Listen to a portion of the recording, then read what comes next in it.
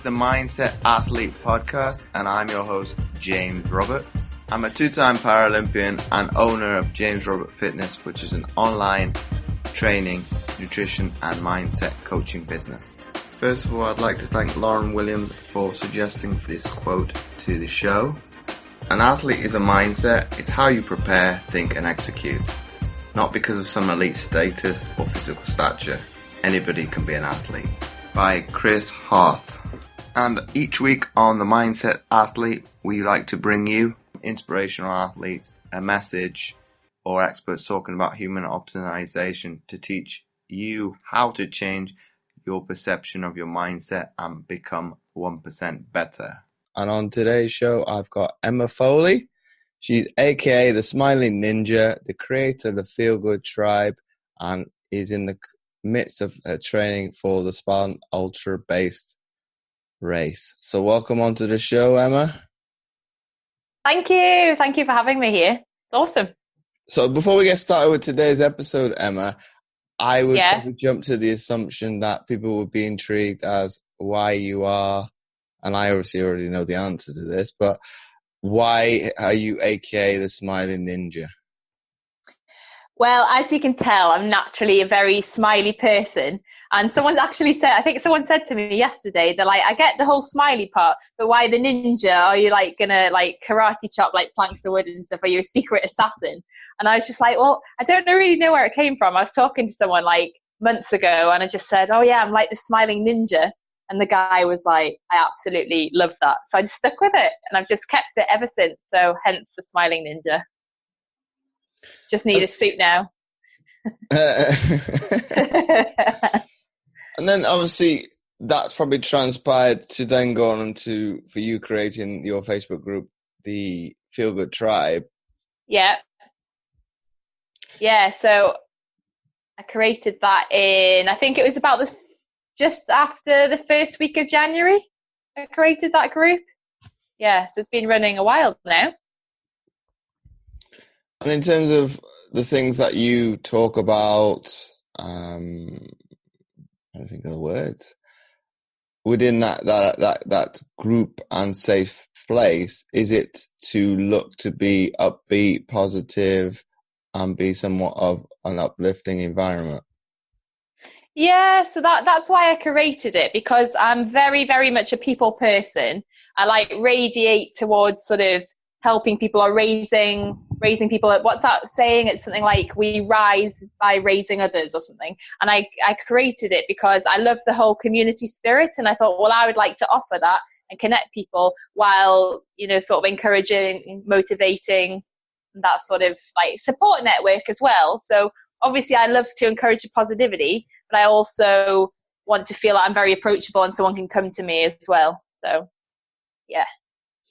And then probably people would be very intrigued to find out why you would want to put your body through those extremes to do the ultra beat run. Yeah, I know. Yeah, because I know you've done one in the past, and yes, through the misfortune of the weather, you didn't get to complete it, which I think was a downer for you. Yeah, it was, because I'd literally harped on about this race for like a year. I'm doing the Spartan Ultra Beast, and I literally only had 10K to do, and then I got pulled off course because I thought I was going to get hypothermia. To be fair, I was dressed as Wonder Woman. Like I should have had some extra base layers on, but you know, as you do, you live and learn. So I like vowed that I would do it again. So 2 years on, I'm doing it, and it's just under 4 weeks. And yeah, going back to the why I'd put myself through it, it's the whole, I get like some sort of thrill off the challenge because it's not just a normal challenge. So that's why I love it. And everyone says to me, you're mad. Why would you love to do that sort of thing? But I love mud. I like obstacles. Yeah. So I like to literally love that. But in the sense of an extreme, it's not that bad. In terms of the euphoria that it would bring to you, it's not, oh God, what's the word I'm trying to look for? Be like the likes of base jumping, bungee jumping. Oh, yeah. Not that much of a thrill. No. No. So yeah. So I guess comparing it to some things, it maybe looks quite tame. However, if you compare it to the likes of a standard road race, like a usual, I don't know, like Great North Run or something, it's probably a little bit more out there. But what's your background then in terms of like from a sporting sense? Is it because with that kind of obstacle race, it's very much cross country orientated? Yeah. To be honest, so my sporting history, when I was at school, I was never particularly sporty, believe it or not. The main thing that I used to get into was cross country. So I used to be a runner. Um, Things like tennis, anything like that. Yeah, pretty crap about. But yeah, and then I guess what got me into, I suppose I developed my sort of sport mindset, as it were, when I was still at uni, and I was introduced to an outdoor boot camp, and I absolutely loved that. I actually responded. Sorry, the siren's just gone past there. I actually responded really well to like a sort of military kind of. Yeah, I responded well to that. And one of the lads who was actually part of it has started talking about these adventure races, and I basically knew nothing about these. And then that's how I started getting involved. And once I'd done one, I was like, oh, I love it. And that's basically gave me the thirst for the races like that. So why that negative connection with, I won't say a fear or hatred towards physical education in in school environment and that change? But how do you go from probably from one extreme in case in point to the other? How do you mean from which extreme? You mean from not being very sporty to being not eccentric, but to want to go beyond the normality of what is sport. So if I say this is the general population, you put the sport in people that put sport as their identity here, and I lump you with probably everybody up somewhere up here. How do you kind of go from there to there? I think it still stems back to joining that boot camp, because as I responded so well to the style, it was great to see, because straight away, again, this goes back to my mindset's improved a lot over the number of years, but my mindset was quite weak, I guess, then, as in I was very hard on myself. And so straight away, I was like, right, well, I must join the beginner group because they used to have like a beginner, intermediate, advanced in the boot camp. So straight away I was in beginner, and they were like, you should really be an intermediate, and I was like, oh God, really? And it was just seeing how quickly, because I started like a couple of sessions, then I was going 4 or 5 times a week, and seeing how much I could do and then how fit I got, it gave me like a bit of a kick. So I'd say that's what changed my mindset, seeing what I could actually do. Whereas at school, I guess there wasn't, well, when I say variety, there was a bit of variety at school, but not to what I had when I was at boot camp. And I guess just being around different people, I guess. Yeah. But do you think it's a limiting belief as opposed to a mindset that you were put in then? Yeah, definitely. Yeah. Because at school, I didn't associate myself with being like sporty at all. I was like, oh, I can run and that's it. I can't do anything else. That's what I would say myself. I'd use a typical can't mindset, which obviously I don't do now. But yeah, it was definitely a limiting belief on my part. Yeah. But why would you come to that point in terms of that thought process of I can't be sporty when people that are less inclined, and I'm going to use my words very carefully now, or have this hatred of physical education or resentment to that part of their life because, be it for whatever reason, of an external factor. Why did you not see that you couldn't be sporty when people would probably say to you, well, you were good at running, so why are you not in the same mindset of that of a sports person? I guess at the time when I was at school, and my mindset, I wasn't very open to any of those ideas. I just saw it as it was, like black and white. I can run, that's it. Whereas, yeah, as I said, I've developed that. That's changed a hell of a lot. But back in the days, yeah, it's just black and white. I can run, that's about it. Not sporty. And I would probably focus on things. So, for example, even though I know I could run, I would probably focus on the game of tennis that I attempted to play, or like, I'd focus on probably things that I wasn't as good at the time instead of what I could actually do. Oh, so you had this feeling of you couldn't brush it off then? And if it was... Yeah, I guess. Yeah. Because I'll use the example of myself. I think this has happened later in life than you.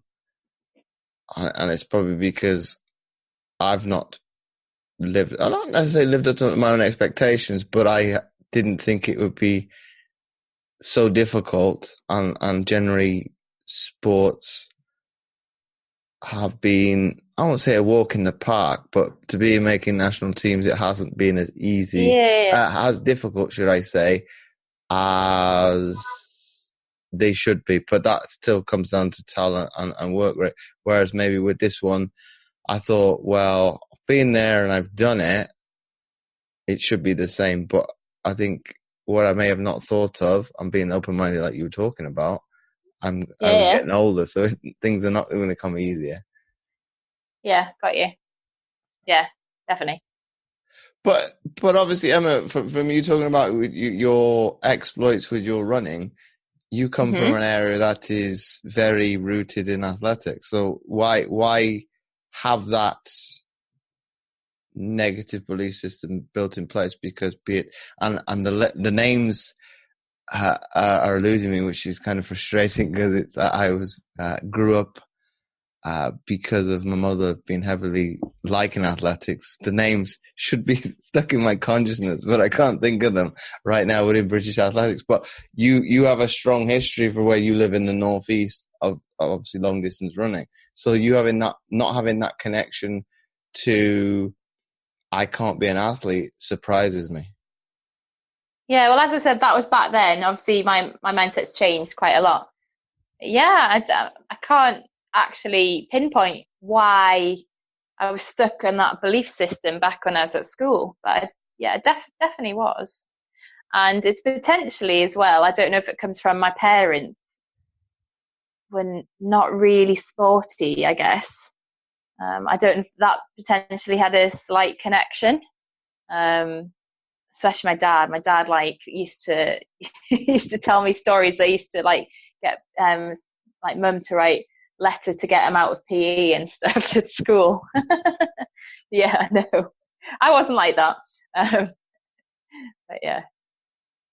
Oh, I did maybe periodically, but I have an excuse. I have to a certain extent. I have an excuse. It would be I've got mechanical issues to deal with. I would have a disability, so that one might be.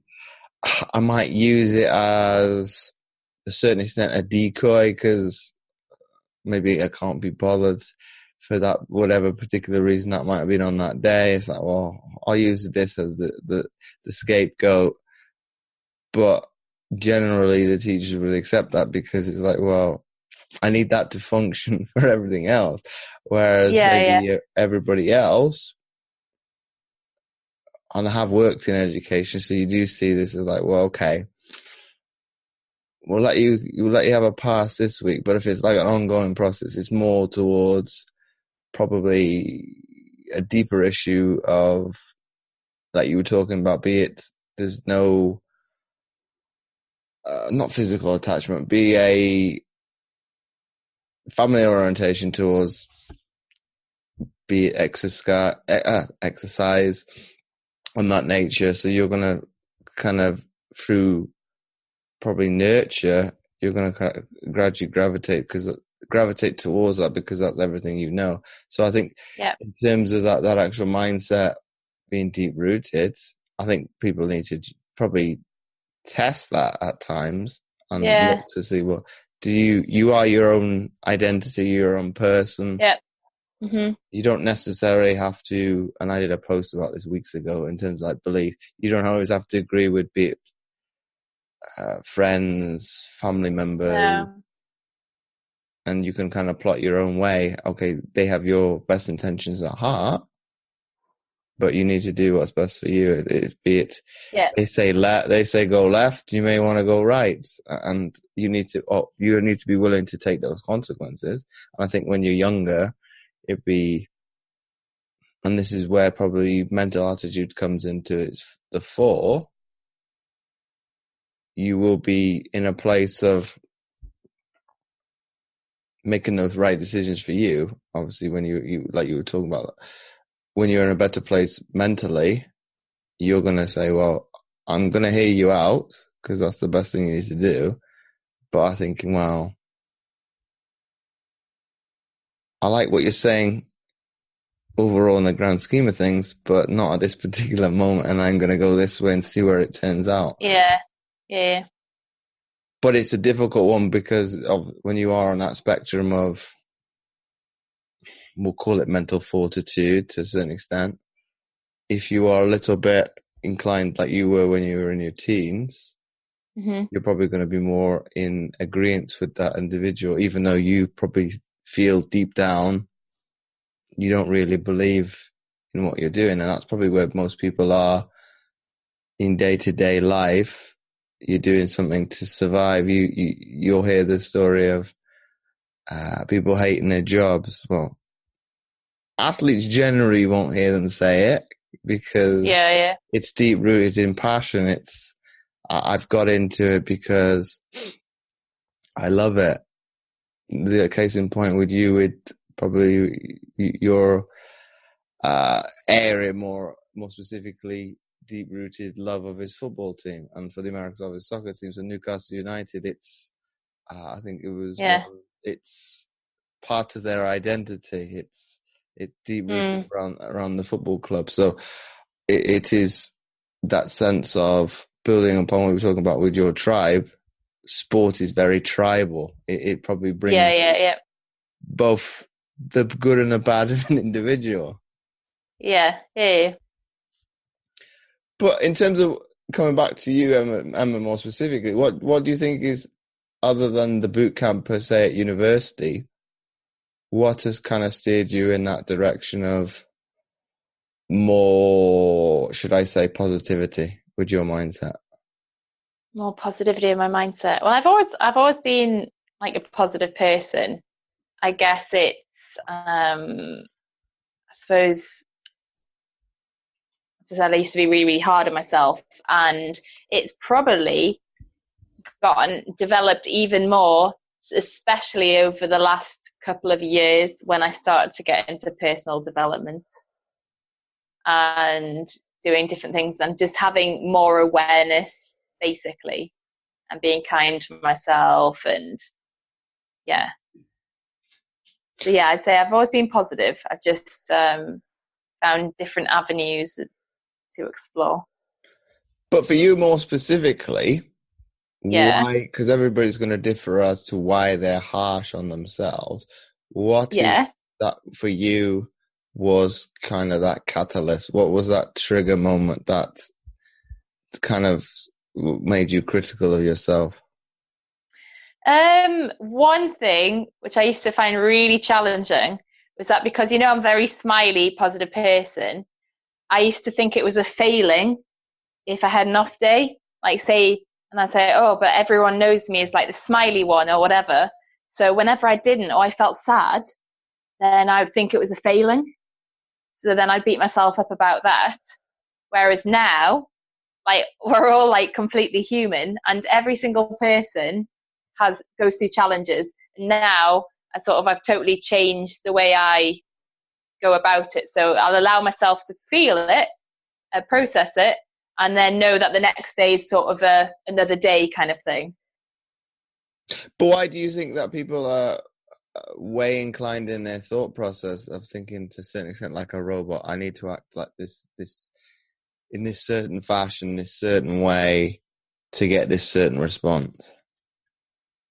it's a lot to do with society and the way you've been brought up, or things that you've heard for a long, long time, like the way you've been conditioned. And yeah, and one thing for me is when I was, which a lot of people still don't believe, but I used to be incredibly quiet when I was at school, like really quiet. And obviously all the stuff I do now, like my tribe, like walking around interviewing people at Newcastle, people will be like, say what? But I guess I used to be quite loud with my friends. However, like say in a classroom environment or just in general, I prefer to sit at the back of the class and I guess blend in. And the thought of someone asking me something or, putting on the spot would absolutely terrify the life out of me. No, I can relate. I can relate to that because I think people will be surprised. Well, not surprised to hear, because people that know me more specifically know that I'm like that most of the time. It would be, I think it's a very much a learned trait from a family perspective, because all my family is like that. So I look to be, see how would I word this? You're the quiet one at the back of the room. And I'll say this from 2 points of view now. When I speak up, it's generally something that you want to listen to. And this is where I think, be it Facebook Live, podcast, and using all the other social medias, when I say something, generally you should take notice, because I won't do it for the sake of it to do clickbait or anything like that, because I'm very critical of that and very skeptical. It's like, well, a lot of that has a motive around it. It's not necessarily to teach you something. It's to be either gain popularity, give that instant sense of gratitude. Whereas when I'm doing it, I'm not doing it necessarily for me. Okay, the exposure, yes, that's cool, all good and well. It's probably the same with you. But I'm trying to teach you something and get you to look at something from a different perspective. Okay, if you're not willing to take that on board, that's fair. That's fine. That's fair enough, because you can't please everybody. It's generally possibly not the right time for you to take on board that information, but it's trying to get to you to see it through my eyes, my perspective, and take on something. If you take on board something of that, that's good. But generally, I'm one of those people standoff. So it is very much trying to go a complete 180 degrees and be, I won't say necessarily not be somebody that I'm not, because in a sporting sense, and you are definitely the same in terms of the mold, we're confident in that arena. It's like, how can you be two different people? Whereas it's like, well, I'm comfortable to be, I wouldn't even say an extrovert in the sporting sense. It's confidence. I exude it. It's probably beaming and radiating off me. And I was talking to somebody from your neck of the woods this morning about it. We kind of gravitate towards negativity. I can't say the word. Negativity in the sense of the word from a mindset perspective, because you need to get into that mindset of obviously ruthlessness. To certainly going back to the age-old thing, it's probably like a killing mentality, but you can't do that in sport. Whereas you're okay with that, and then once that's finished, you come back to normality and to be who you are. Whereas I think the general populace I don't want to say this harshly, but can't be able to differentiate between the two states of being and be comfortable with it, because it is very, how would I put this? Not one track. They see it as black and white, as you put it. Whereas I think as people that are a little bit more open-minded kind of see it as multicolored facet. And I'm going to use one from a comedian on the BBC. It's looking at things in Technicolor as opposed Yeah. to being very old school and being black and white. Yeah. We're able to see the spectrum and designate where we need to put ourselves to the environment and be very much reflective as the situation has not gone particularly well. Oh, well, let me forget about it, because if I keep reliving the scenario, it's not going to help the outcome. No. So I think thinking like that, okay, it takes awareness to be able to do that, but it puts you in a sense of, to a certain extent, gratitude, and you were a little bit happier most of the time. But for you... Oh, am I? Is that a question? Yeah. I'm going to come to a question now. But for you, how do you think that's transpired for you to be able to have that sense of being able to live in Technicolor? And I'm going to probably use this more and more because that's it's quite funny in terms of using it. How do you get to be able to operate that you're in a sense of what people will call, and I probably would put myself in that bracket sometimes as well, being abnormal and being happy-go-lucky, because from a British mentality, or how it is perceived from the outer world, you know, like be it anybody else in the world, the Brits are very stiff upper lip, whereas how you operate is more, I'm not going to generalize, I'm saying for the majority of the American population, it's more suited to their state of being. The American, did you say? American side. Yeah, someone else said that to me, actually. I can't remember who it was. Oh no, there's another siren going past. So you basically, how do I sort of bring about that sort of feeling myself? Mm-hmm. I guess I prefer to sort of look for the positives as opposed to the negatives. And as I said, we're all going to have some negative thoughts. It's just, I just prefer to, I guess, see the opportunities, and instead of looking for the negatives, basically. So look for the positive instead of the negatives.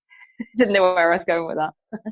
And you're talking about sirens. As we're recording this is only Monday, to give people a sense of I know what we're doing. And obviously you live in Newcastle, and I know I did put a post out there last week, be it why is social media making you fat, and I mentioned I think Jersey Shore, but I think I had a mention towards where you live as well. Geordie Shore, yeah. Yeah.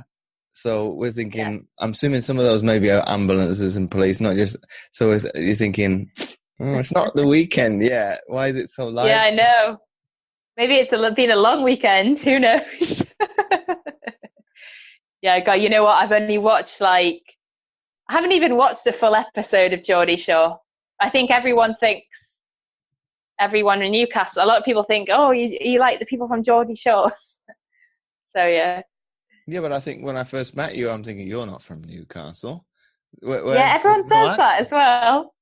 Yeah, everyone says that. They're like, you're not Geordie. And then they're like, oh, you're just a posh Geordie. That's another thing I get as well. Is there even such a thing? Because I wouldn't call Northumbria, and this is maybe being stereotypical. I wouldn't say I wouldn't say it was posh, but that's maybe a little bit of ignorance coming through. Yeah, no, I'm not posh. I would say, I don't have a Geordie accent. I would definitely say I had a northern twang, though. Definitely. Yeah, but most people can't place mine either. Be it, but that comes down to my upbringing overseas from a military background, where my mother and father weren't officers, but the majority of people that were stationed there were. So you would have the British population speaking a certain way. So it's very, I can't even think the word. It's not monotone, but it's everybody speaks in the same tone, where it would be the ones who are enlisted, which would have accents. And I think for me, that's maybe why I've got that empathy towards other people because I've grown up in a multicultural environment. I've got to be empathetic to somebody that their English per se is not very good, but this the older I don't know, we're going slightly off topic now, but of Brits when they go abroad, they're going to shout to the individual. Well, it doesn't matter if you shout at somebody you're talking to. If they don't understand what you're saying, it's not going to compute. So I would be very much of weighing, and I think this is probably coming back to how I was brought up. You look to copy it, and you'll slow down your way of speaking to the individual. How I'm speaking to you now, to somebody that is not their native tongue, I wouldn't speak the same way. I'd probably not babyish, but or belittle them. I would slow it down so they would be able to comprehend every single word. And I think that's probably helped me with my other languages. I'm multi-talented, but I'm probably critical in that sense of the word, because with the foreign languages, I'm not as good as I was 10, 15 years ago, but I don't speak on a regular basis, and English is my obviously mother tongue, so it's my bread and butter, so it's easier. But I think this is where I think people need to look at things and be maybe at times take that step back, especially with awareness towards others, because be it through whatever state of mind they're in. I think we're quick to judge, be it from what I was talking about with the sporting context, but from a negative perspective now, be very quick to get irritated, frustrated, and angered towards a situation that, okay, it's not gone my way, be it, I don't know, being cut up on the roads, being it doesn't happen that much in supermarkets, but be somebody cut in line be it from that perspective. Okay, I think for a British person, that is okay. That's okay to a certain extent, because I'm not going to say conditioned, but have that stereotype of other nationalities. Be it, the Brits will always wait in line. They won't get easily irritable. It's like, well, that's a stereotype. And that's like me saying every German is gonna put their towel on a sun lounger, so they get the perfect one. And I know there's a few Germans that listen to this show, so there's no judgment of you. But that's the stereotype. I think very much the Brits have towards the Germans. When you go on holiday, it's like you got to beat the Germans, the Dutch, if you want to get a good sun lounger. So I think that notion of people are set in stone and set in their ways, like, well, I think in this day and age that's not true. There'll be merges and overlaps of different cultures, be it because everything is so easily accessible. And I think this is where you need to take that step back and maybe put yourself in one other's shoes. And I think loads of people don't like to do that, because it's like, well, if I think of how they're feeling, how's that going to make me feel? And most of the time, probably not good. But I think, and how this, I'm going to make my point on this, I've been able to take that step back, and people are quite shocked. It's like, well, why are you so positive? And I'm not going to say all the time, because you're probably the same relating to this. How can you take a positive from a negative situation? It's like, well, I don't dwell on it, or try not to dwell upon it. Well, I'm expected to, and I use the analogy of the basketball tournament I had yesterday. We end up losing every game, and people will say, well, how did it go? And will be apologetic. It's like, I was laughing and joking about it with my team because we kept losing. It's like, well, let's see the funny side of it. Are we gonna lose another game? And I was joking about it. So, that humor orientation towards it, I think people will be very judgmental to some extent as to how can you laugh in the face of adversity and be okay with that, okay, I'm not saying that I like losing. That's a different story. Yeah. But I was able to look at the positive as, okay, if I can laugh about it and jokingly say, okay, we're going to lose another game here. Yeah. I think it does bring a sense of relaxation. It's like, well, okay, Yeah. we in theory are expected to now lose on paper. Yeah. But I think you kind of take the shackles off from that basis. Yeah. Got you. But I think from your perspective, Emma, Mm-hmm. you've got that humility, I believe, to, okay, you're doing this Spartan beast, but you're doing it for a greater cause. It's well, to a certain extent you want to finish it. That's your Oh yeah, that's definitely. the overall Yes, definitely. outcome. But per se, for the listeners, what is the cause that's close to your heart that's probably making you push that a bit more to want to get it finished? Well, I decided that I wanted to do it for the Mind charity, and so I'm actually doing it for the local one to us. So it's the Tyneside and Northumberland Mind. And I just thought it was, especially this year, I've unfortunately heard about a lot of suicides and things like that. And obviously, mental health, and I mean, God, I've gone through anxiety and everything myself. And I just thought, you know what, as well as doing something like a challenge, it'd be a great incentive for me to actually raise money for like a really good cause. So that's why I'm doing it. So not only do I want to finish it, I'd like to finish it because I know that I'm raising money for like this great charity. So yeah. And also, Emma, are Mm-hmm. you doing it at a different time of the year to the one that, I'm not going to call it failure because it's kind of taking out your hands Experience. of hypothermia, that it's probably a doctor saying, no, no in certain terms are you going to finish this, because I think, and this is, I'm going to generalize and blanket statement it, I think when an athlete gets into that mindset that I'm going to finish it, I don't care about my own safety. Whereas I think Yeah. people have to take it on themselves to say, no, you're not in the right state of mind to make that decision for yourself. Yeah. You're kind of gone with the blinkers on from a horse mentality. Well, the finish line is in sight. I the pain that I'm enduring, the descent hypothermia you wouldn't feel, because I think is you're actually still going. If you stopped, it'd probably be worse. You're not in that frame of, well, I feel cold, but I don't necessarily feel it, so I'm just going to plod on anyway.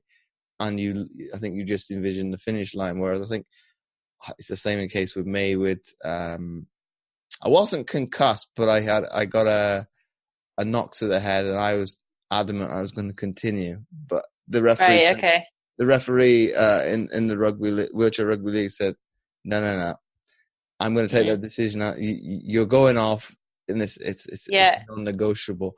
And I think once I did take that second and once I was off the court, I was like, yep, they made the right decision, because I wasn't blurry, but I think I went to the toilet and I was kind of walking as if I was drunk. So I was thinking, okay, they made the right decision to take it out of my hands, because I might have done something stupid.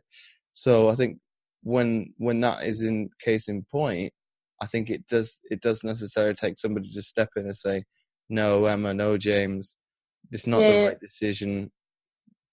This is a given. Off you come. So I think from that basis, are you doing it at a different time of the year? Because obviously you're doing it in Scotland, and their weather is more sporadic than maybe the rest of the country, but you could say that the same of the whole island. Yeah, no.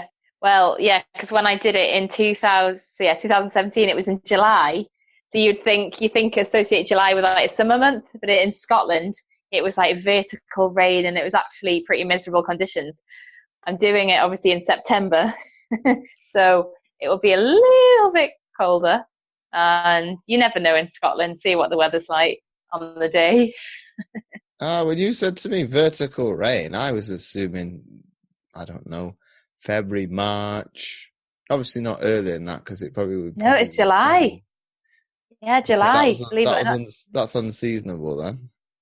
Yeah, it was because you don't think it's gonna be like that, but it was actually really cold, really misty, because I guess we were quite high up. Um, and I think it was just the amount of like river submersions and stuff and water based thing challenges that you've got to do. So that's why it got even colder.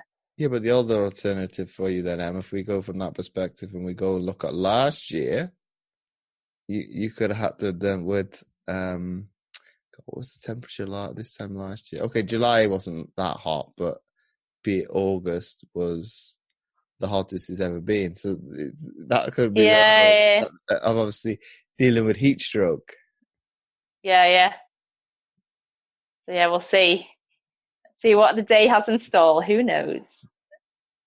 But I think then the old saying going doesn't. But most long distance racing, don't they particularly prefer when it's raining? Okay, Yeah, to be honest, I love running in the rain. Yeah. I I'm one don't. of those mad people I where don't believe you. I think that I do. depends on. I love No, it. but wouldn't it depend on the type, as in how much is coming out the sky? Well, one year, right, when we had floods, um, I was working at a different workplace at the time, and one of the girls I worked with was on the bus, and she came in the next day and she said, Emma, please say that you weren't that crazy girl I saw running in the floods, because it's literally like water everywhere, and I was like, la la la la la, like running. So I would say if it gets to the point like weather conditions where it's hailstoning, that's not as pleasant because that hurts. Um, but rain, yeah, I like it. Well, I'm probably similar to a certain extent, but that's probably a conditioning of, oh God, it wasn't that long time of time frame of sport. Rowing, I think, was 4 years, and then probably my background in swimming probably helps with that. Um, Positive attitude to a certain extent with rain because okay, I did it not as a living, but be it as a profession, a hobby from not that young age, but from 11 years old, I'm jumping into water on a daily basis. To get wet, okay, from a rainy perspective, not out of choice, but you don't have that negative connotation towards, oh, it's raining, I feel crap, blah blah blah. Yeah, You did a post about it the other day. What do you do when it's raining outside? Kind of thing. Whereas I think depending on how bad and the severity of what the rain is, be it, like it's raining cats and dogs and things of that nature. Okay, that probably would transpire. You kind of get into that extreme. No, I'm going to be inside. I'm not going to get wet. But anything there between, be it, intermittent showers, it raining, that it's not too bad. I think from a sporting sense, and be it runners, cyclists, I'm trying to think of other outdoor sports, enjoy it because it's a sense of being able to, you don't really have to, not say it from a hydration point of view, but you can cool down because of the elements, and it gives you a greater yeah, sense of, I'll call it a game changer from a performance standpoint because it kind of gives you another boost. It's like, oh, that's yeah. nice, Got and you. that's a respite, and you can Mm. kind of go again. Yeah, no, definitely. I find it a lot easier running in the rain as opposed to when it's really hot. I find it challenging when it's like really hot and sunny running. Whereas some people are totally different. Again, it's what you're used to. I remember going a couple of years ago, going on a run with a Spanish guy, and it was boiling hot, and he was just absolutely fine, and I was I was like dying. I was like, ugh. I was like, David, it's so hot, and he's like, it's wonderful, I love it, and I was just like, oh. So you should have taken him when it was snowing or something like that. It's like, are you Yeah, I okay? know. Yeah. I'd be like, right, crack on, let's go. Do some like angels in the snow while we're there. No, but it's a difficult. Yeah, but I think that's where I think certain climatic,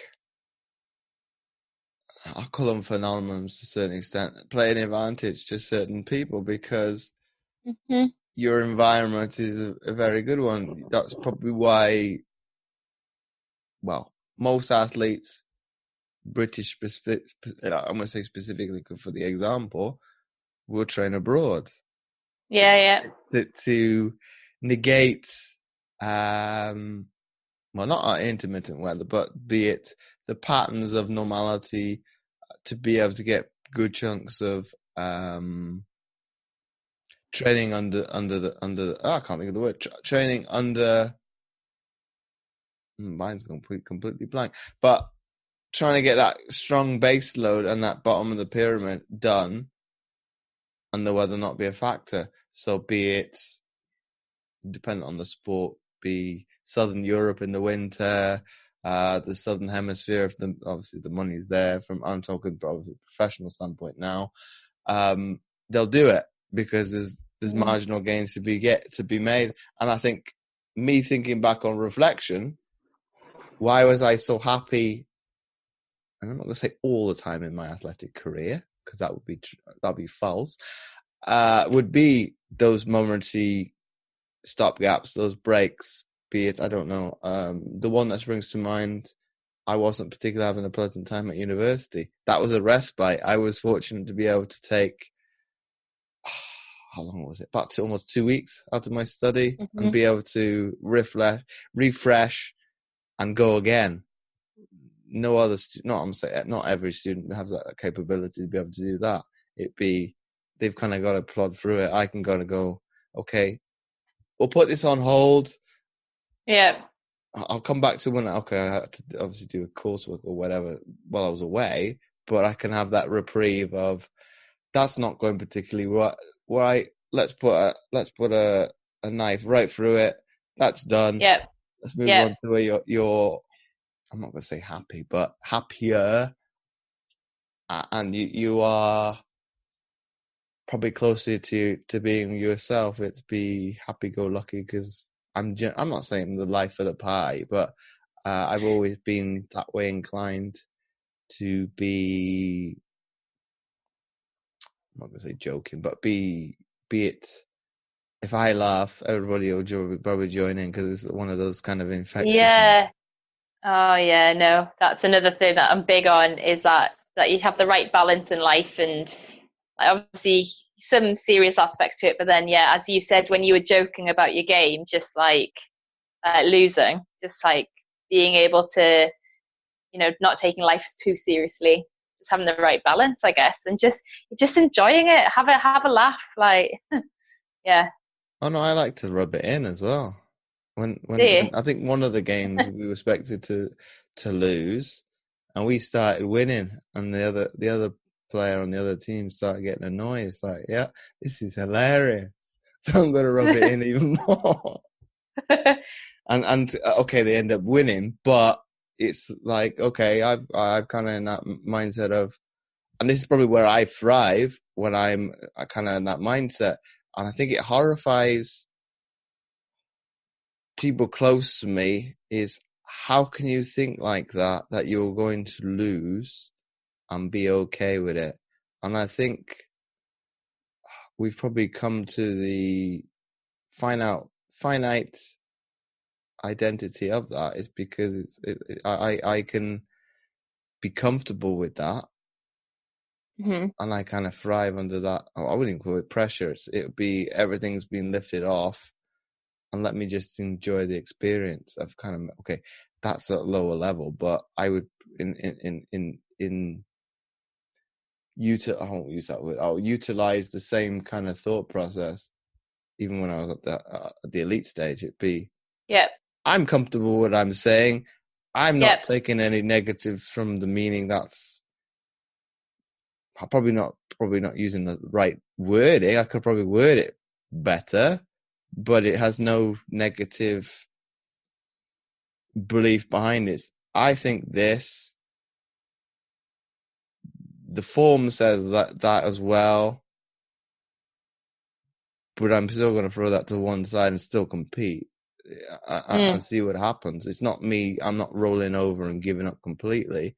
It's because I think on this, I would put a blanket statement as generalized. You shouldn't do that anyway. It's you are kind of going to confront your demons or whatever you want to call them head on, but you have a different association with it, be it, I don't know, if we use a business terminology, you don't like the word sales, or if you word it a different way, and I'll be transparent, I don't like the word, but if I say it as communication, I'm communicating with you.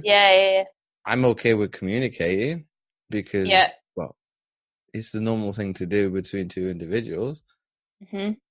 And I'm more inclined to be able to do better at it than having that negative connection towards sales. I must sell that. I must make money at the end of the day to be able to do it. That's a negative thing because we're going to go very I keep doing this on every show. Philosophical. You did it. And the word is not that difficult to say.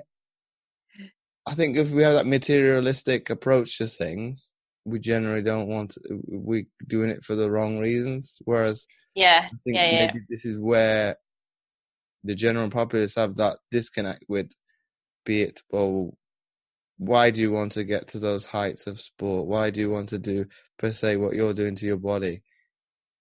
There's a deeper. I'm struggling with words today, but I'll leave it in the episode because some of it might be funny.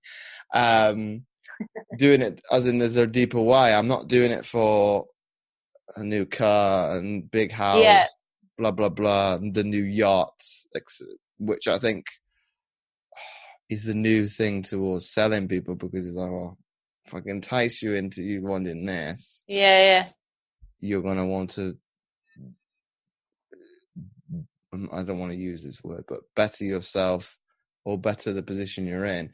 Whereas I think that's kind of going away from over here. And I know people listening to this can't see my hand moving around. But the actual why you're doing it, obviously yours is, I would say from my perspective, thinking twofold, maybe more, and we probably can go into that a little bit more detail, is obviously for the mind charity. And you wanting to better your previous experience. Yeah, that's right. And just for the sense of accomplishment, really, as well. Definitely. Yeah, but then wouldn't you strive to go on to, I'm not going to say greater things, because I still can't get my head around it, to want to do it, I don't know, there's another rich angel I had on last week, as we're recording this. He's doing the 3 Peaks in the UK. Okay. Oh yeah, I've never done 3 Peaks. Yeah, I cheated and I've been up one of the mountains, but in Wales we've got a railway, so I can get to the summit of a mountain by cheating, because I've got a T-shirt that says I've climbed it. Technically, it's true, but technically it's cheating. But each to their own. The other two, Ben Nevis, I probably wouldn't attempt, because it's, when we talk about Scotland with you, it could any mountain can change just like that. It could change on a flip of a coin kind of thing. So from that basis, I can relate as to why you're doing those kind of challenges, is to want to push yourself and push your boundaries and kind of go out of the comfort of normality and get into that uncomfortable state. But I'm just going to be, my battery's about to go, I think. It's just gone 5%, so I'm going to plug in. Hold on. Okay. I'm going to have to move my phone a bit. Hold on. Don't die on me. You like doing it on your phone, don't you? Yeah. You don't right. like I'm just I'm gonna have to hold it, because I lost my main cable, so I've got like a charger, but it's like really short cable. So I'm just gonna hold it. Why don't you get something like that? Like what? I'll edit something. This I was in a tripod. Yeah, I don't even have I don't even have that yet. I don't even have a selfie stick, which I think surprises a lot of people. I don't want one of them now. That's a gimmick. It's a gimmick Yeah. now. It was a trend. I think 2 years ago. I might actually leave this in anyway. From that basis, but in terms of, I lost where we were at, but hey oh well.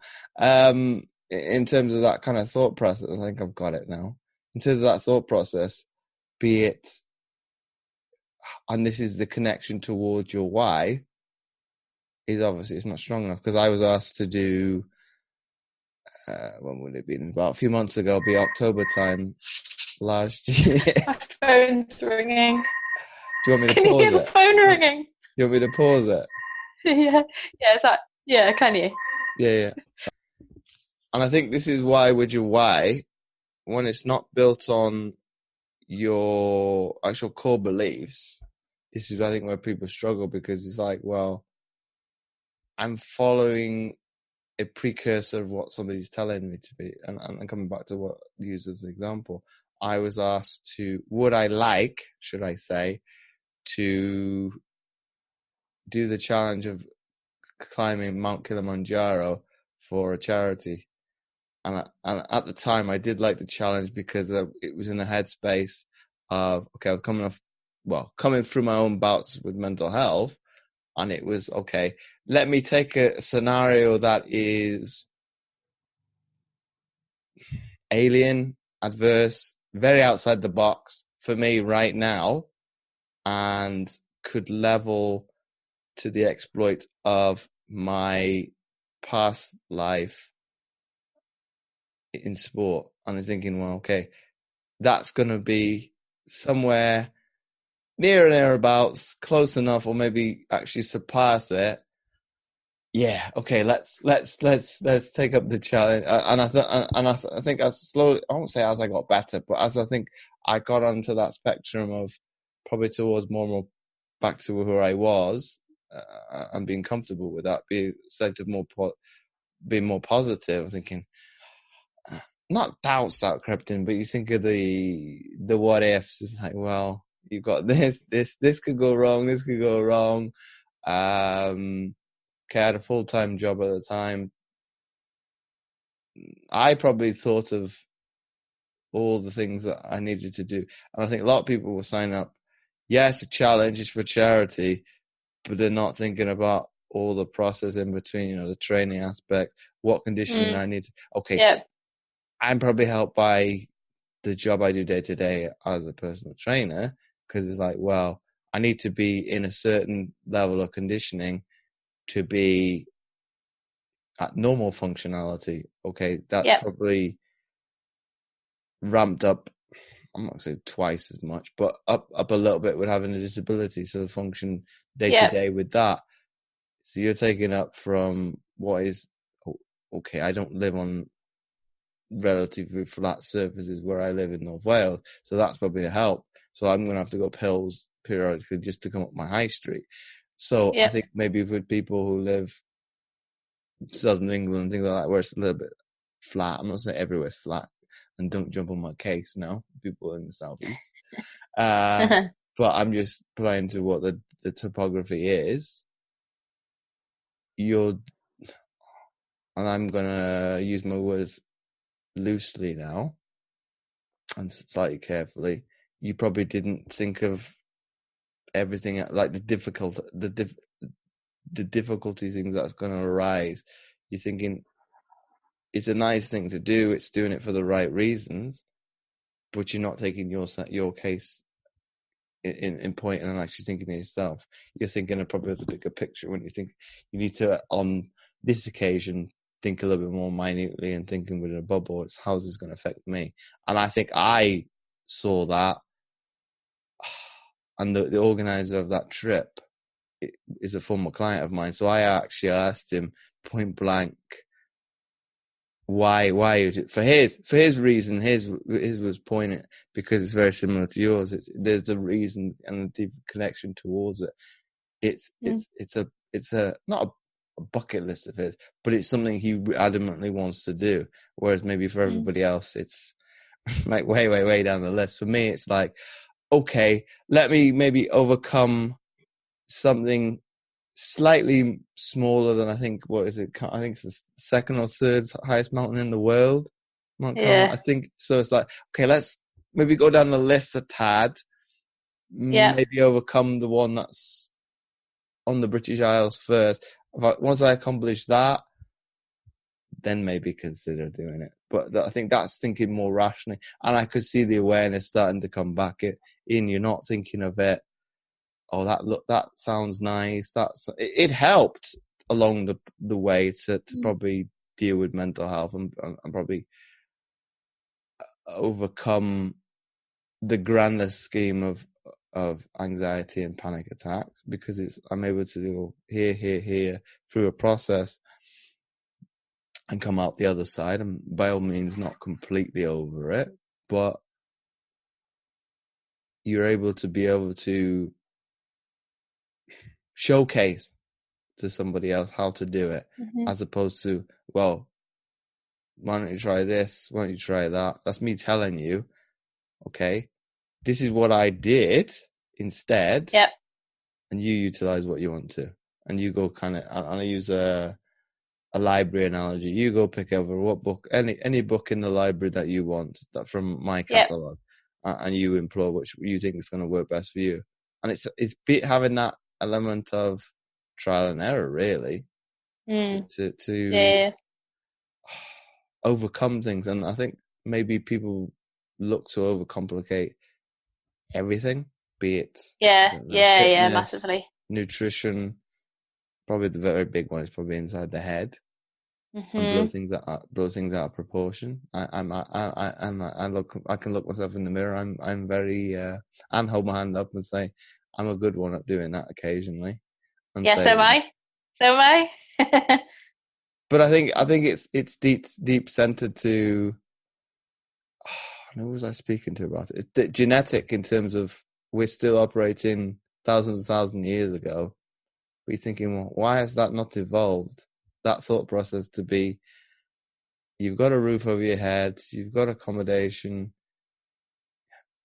Most people have clean running water, and if you live in the Western world, you got food to your content. It doesn't grow on trees. It's not as if it grows on trees. You get it wherever you want, whenever you want. So this actual deep-rooted belief that we need to overthink things we shouldn't do. Okay, we need to take that step back, time to time, and say, look at those. I think from a gratitude perspective, I think it's like five things that you're thankful for, and and everything else is, I won't say superficial, but it's either going to build upon those things. And I think the sooner we can realize that and probably get to it. I don't think everybody will ever get back to that, but that's the way it is. So we'll just have to accept that. Yeah, definitely. So my penultimate question to you then, Emma. Okay, go for it. Is if you had to, and I'll start with two because somebody came at it from two different perspectives. If you had to, on the first hand, change somebody's inner belief system, how would you do it? How would I change someone's belief systems? Ooh.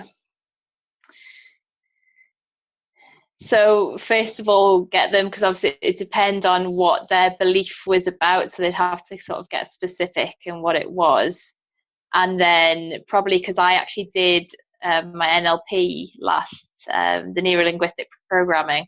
So it's getting them to think, it's called anchoring, where you get them to think about like a different outcome of how they would like to feel, as opposed to how they are feeling about that certain belief.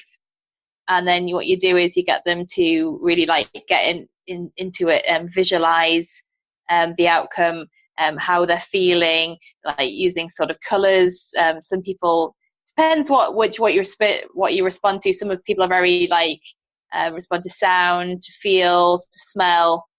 And just by getting them to focus on like the outcome of how they'd like to feel, that's how I'd start to try and change their belief patterns, of anchor a more positive moment. And then the second point to the question, how would you get them to challenge that? Would you start off with that first then? So yeah, you can do what you call like testing it. So you can test the anchor that you've sort of set, and so say if you then go back to their original, I don't know, limiting belief or unpleasant experience, then you'll say, how do you feel now? And you'll usually find if it's been successful and they've done a lot of work where you've trialed it a few times, that how they're feeling will be a lot less compared to how they felt about it originally. So it just takes being consistent with it and practicing it to lessen the sort of impact and on their mood as well. And my final question to you, Emma, before we wrap up the episode, is if it got... These that as an outtake. If you had to summarize what we've been speaking about today into one sentence for people to take away, what would that be? Ooh, good one. Well, it's made me think now. I'm like, oh, what am I going to say? One sentence. I'm usually lots of words all together. That mindset has a huge part to what you set out to do in life. So whether it's sport or anything, I guess it's just to believe in yourself, know that you can, and it's never too late to get where you want to go and achieve what you'd like to achieve.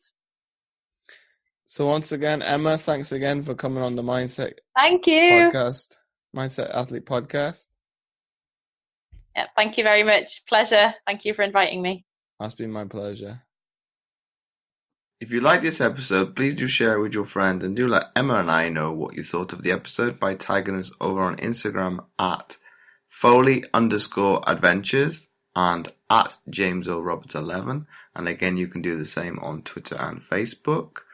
And finally, do check out her Just Giving fundraising page in aid of Tyneside Mind, providing mental health services to help people experiencing mental distress.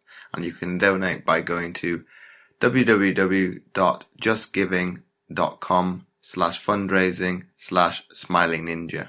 And as always, do check out my free content at fitamputee.co.uk by clicking on the tab Free Resources. Make sure to check those links out. They will be in the description. You can find all the show notes at mindsetgame.libsyn.com under the category Sport. So once again, thanks for listening, and I'll catch you next week for another episode of the Mindset Athlete Podcast.